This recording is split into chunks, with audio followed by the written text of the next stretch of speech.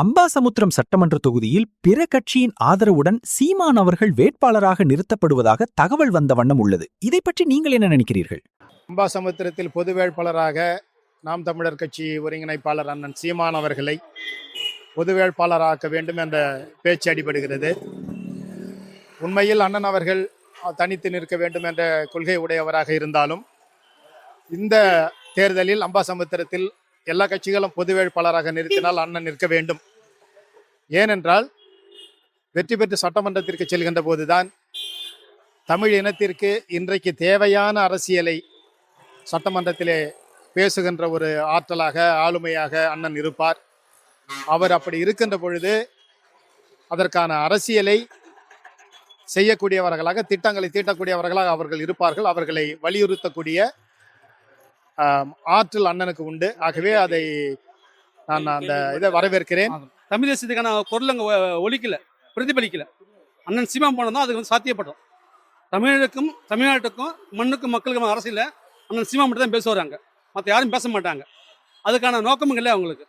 அந்த அண்ணன் வந்து தனித்துவமான தனிச்சைக்கு தான் என்னுடைய கருத்து. அது தனிச்ச பொது வேட்பாளர் சாத்தியம் கிடையாது, அது சாத்தியமற்றது.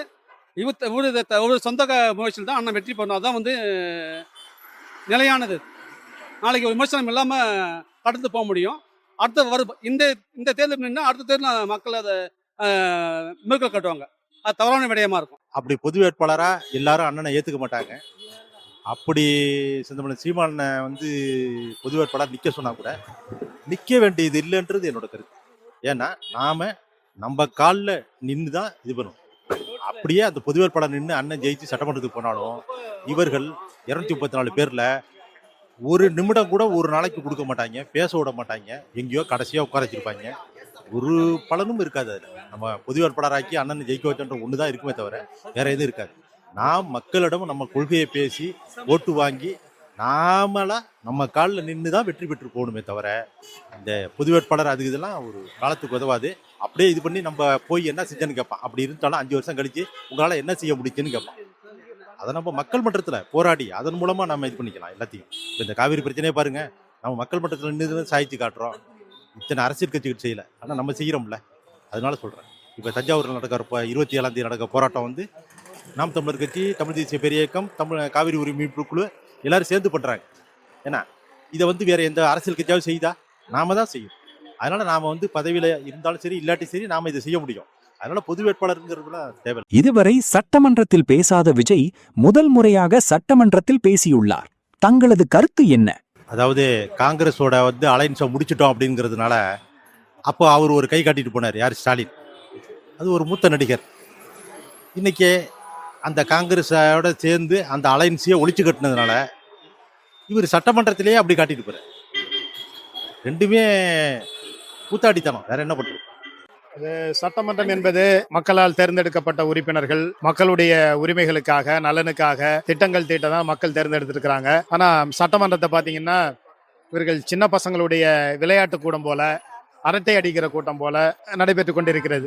கேலி செய்வது, கிண்டல் செய்வது, இவற்றையெல்லாம் தமிழ்நாட்டு மக்கள் விரும்பவில்லை. பொழுதுபோக்கு மன்றமாக சட்டமன்றம் இருக்கக்கூடாது. தமிழ்நாட்டு மக்களுடைய உரிமை காக்கக்கூடிய, நல்வாழ்வை உருவாக்கக்கூடிய மன்றமாக இருக்க வேண்டும். அதாவது தமிழ்நாட்டுக்கு ஒரு மாண்பு உள்ளது, ஜனநாயக கடமை இருக்குது. அந்த கடமை ரெண்டுமே அவருக்கு தெரியல, அறவேக்கத்தனமாக பேசியிருக்கிறாரு. அதாவது சட்டசபை நாகரிகம் ஒன்று இருக்கு, சபை நாகரிகம் ஒன்று இருக்கு. அது ரெண்டுமே தூக்கி ஓரம் வச்சுட்டு அந்த படப்பிடிப்பு தளத்தில் எப்படி நடக்காரோ அதையே அவர் மேம்போக்காக நடந்துக்காரு. அவர் கேட்ட கேள்வி சரி, அதே கேள்வி அவங்க புள்ள கேட்குறாரு, எங்கள் அப்பா கணான்னு. அதுக்கு என்ன பதில் வச்சுக்கிறாரு அவர்? நீங்கள் நாட்டுக்கு வேணால் முதலமைச்சர் வைக்கலாம், முதல்ல ஒரு தன் குடும்பத்துக்கு ஒரு அப்பாவா முதல்ல அதை கடமையாற்றிட்டு அப்புறம் மற்ற பதில் நீங்கள் கேட்கலாம், சரியானதாக இருக்கும். அவர் அந்த படப்பிடிப்பு தளம் எப்படி இருக்காரோ அதுதான் நடப்பார், அதுதான் செயலும் படுத்துவார். ஏன்னா அவருக்கு அனுபவம் கம்மியாக இருக்குது, அனுபவம் கம்மி, முதிர்ச்சியும் கம்மி, சுய சிந்தனையும் இல்லை அவருக்கு. ஒருத்தவங்க எழுதுறாங்க அதை அப்படியே படிக்காது, சுய சிந்தனையற்றவர் தான் அவர் இப்போ இருக்காரு. விஜய் அவர்கள் பேசிக் கொண்டிருக்கும் போது உதயநிதி ஸ்டாலின் அவர்கள் வெளிநடப்பு செய்துள்ளார். அதை பற்றி தங்களது கருத்து? திமுகவுக்கு ஜனநாயக பண்புன்றதே கிடையாது. நான் என்ன சொல்றேன், இவங்க தங்களோட கதை, வரலாறு, போக்குவரத்தெல்லாம் 5 ஆண்டு கால திமுக ஆட்சியில் எல்லாரும் இது பண்ணப்ப எத்தனையோ முறை அதிமுக அவர் எடப்பாடியாரெல்லாம் நோகடிச்சப்பெல்லாம் எடப்பாடியார் போன்றவர்கள் உட்காந்து கவனிச்சாங்க. அவங்கெல்லாம் இந்த மாதிரி பண்ணிக்கிட்டு.